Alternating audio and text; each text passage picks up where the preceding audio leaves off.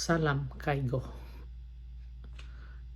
Saya melanjutkan video yang sebelumnya, tapi kali ini saya akan men-sharing bagaimana cara untuk eh, perawat yang dari Indonesia untuk masuk ke Jepang. Sebenarnya program yang saya ikuti namanya EPA, dan jalur untuk tenaga kesehatan masuk ke Jepang sekarang ini sudah banyak caranya, yaitu bisa melalui jalur EPA, bisa menjadi Tokute Gino, terus bisa melalui Gino Jisusei. Tapi semua program itu punya persyaratan tersendiri. Jadi saya akan men-sharing secara singkat dan jelas saja supaya nggak terlalu memusingkan. Yang agak detail saya bahas nanti mungkin EPA-nya karena itu melalui jalur saya.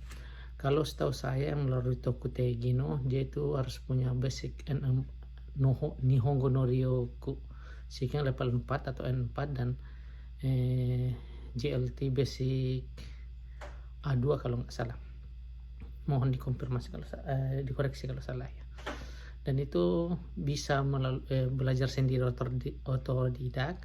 Setelah itu mengikuti ujian.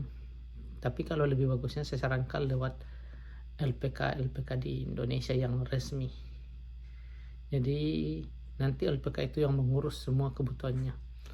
Jadi saya kembali, kalau Gino Jisusei pun sama begitu. Jadi saya kembali ke topik saya itu melalui EPA, program EPA. Program EPA ini sudah berjalan sekitar 15 tahun. Saya angkatan pertama dan tahun ini untuk penerimaan EPA yang ke-15. Jadi setiap tahun itu ada penerimaan. Karena berhubung ada pandemi corona jadi diundur-undur, tapi setiap tahun ada. Untuk tahun ini sudah dimulai dibuka pendaftarannya, itu mulai dari tanggal 1 Maret 2021 sampai 31 Mei 2021. Dan itu untuk penerimaannya itu kalau mau lihat yang jelasnya bisa buka websitenya di BNP2TKI. Kalau mau, saya kemarin lihat di Facebook juga ada resminya, itu BP2MI, Badan Perlindungan Pekerja Migran Indonesia. Jadi di situ dijelaskan persyaratan-persyaratannya, terus mulai kapan tesnya. Jadi ini resmi karena IPA itu antara G2G, negara dengan negara. Beda dengan yang Tokute Gino, itu bisa melalui LPK terus diambil sama perusahaan, tapi kalau IPA itu resmi dari negara dengan negara. Yang saya baca itu untuk penerimaan syarat khususnya untuk care worker atau yang kerja di panti jompo itu dia usia 21 sampai 35 tahun.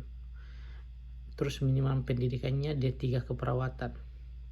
Terus membuat surat pernyataan bersedia ditempatkan sebagai care worker dan ditandatangani dengan materai 10.000. Untuk persyaratan sekarang ya, kalau saya dulu agak beda sedikit sih. Untuk yang perawatnya usia 23 sampai 35 tahun itu minimal pendidikannya D3 keperawatan, D4 keperawatan, S1 keperawatan nurse. Terus memiliki STR. Terus yang selanjutnya itu punya pengalaman 2 tahun sejak terbitnya STR. Itulah syarat khususnya. Syarat umumnya banyak sih, itu ya harus warga negara Indonesia. Ini itu bisa dilihat di websitenya BNP2TKI. Jadi bagi adik-adik atau teman-teman perawat di Indonesia yang susah cari kerja, ya bisa kesempatan kali ini untuk mendaftarkan diri sebagai